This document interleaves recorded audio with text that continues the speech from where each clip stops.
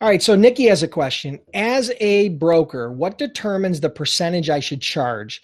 If I start low to get customers, is that a good idea, or stay away from starting out offering a lower percentage rate? Okay, so what determines how much profit you are going to generate on a load is based upon the research that you do. Every market has a density of loads to trucks.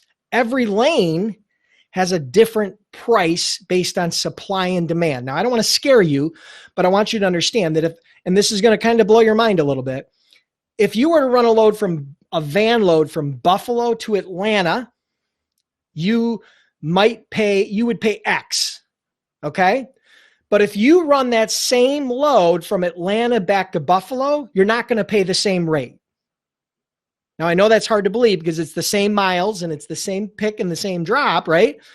But it's based on supply and demand. So you need to understand the supply and demand in any given market. And that's really what load boards do and what rating tools do. Now, you deciding what percentage of profit you're going to generate depends upon you.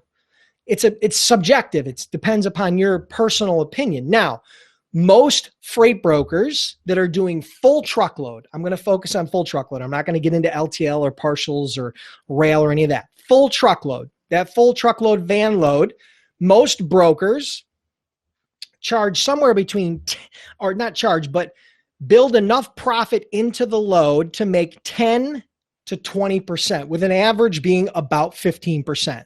So if that load, just for easy math, from Buffalo to Atlanta ran for $1,000, which it wouldn't. It would be a lot more than that. But Buffalo to Atlanta for $1,000. And if you charge the shipper $1,000 and you found a carrier for $850, you would make $150 in margin, okay, in profit that you would be able to put in your bank or reinvest into your business, okay? So you determine your profit margin, but your rates are determined based on supply and demand. So if you find that it costs you $900 to move a load from Buffalo to Atlanta for a van, then you would either price that at maybe $1,000 or maybe $1,100 to the shipper. If you price it at $1,000, you're going to make $100. If you price it at $1,100, you'd make $200 if you covered it for $900. So it's basic, simple math, but it's very subjective. But to answer your final part of your question is, should you start with a lower percentage?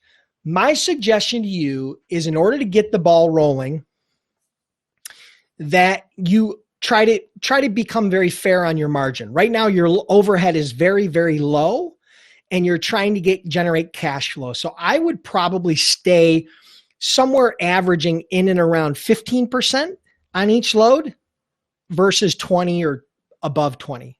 Some brokers charge more than that. Not everybody charges the same, just so you know, okay? There were tons of customers that paid us more than they paid any of their other customers. I know people have a hard time believing that, but they always paid us more because of our relationship and because of the value of that relationship. Don't try to become the Walmart.